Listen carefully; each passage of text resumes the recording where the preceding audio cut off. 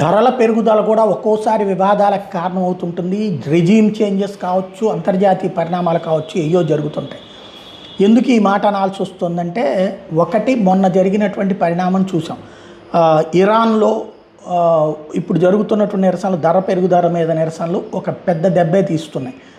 Even కొమైనీ రష్యాకి పారిపోతాడన్న ప్రచారం జరుగుతుంది. ఆ మధ్యన ధరల పెరుగుదల ఇంపాక్టు ప్రభుత్వాన్ని కుప్పకూల్చిందనడానికి సాక్ష్యం బ్రిటన్లో జరిగినటువంటిది. ధరల పెరుగుదల ఇంపాక్ట్తో ప్రభుత్వం కూలి కీర్ స్టార్మర్ ప్రభుత్వం వచ్చినటువంటిది. ఇప్పుడు అమెరికాలో కూడా ఈ ధరల పెరుగుదల ఇంపాక్ట్ జో బైడెన్ ప్రభుత్వం కూలి ట్రంప్ ప్రభుత్వం వచ్చింది. ఇప్పుడు పక్కన వెనుజులాని స్వాధీనం చేసుకుని బ్రెజిల్ని తీసుకుందాము, లేకపోతే కనుక కొలంబియాని లాక్కుందాము, లేదంటే కనుక డెన్మార్క్లో ఉన్నటువంటి గ్రీన్లాండ్ లాక్కుందాము లాంటి ఒక యుద్ధోన్మాద చర్యల వైపు అమెరికా ముందుకెళ్తున్నటువంటి సందర్భంలో పపాజాన్స్ ఏదైతే మన దాన్ని ఏమంటారు పిజ్జాకి సంబంధించినటువంటి సంస్థ ఉందో అది రాత్రికి రాత్రి తన పిజ్జా రేట్లు 1250% పెంచింది.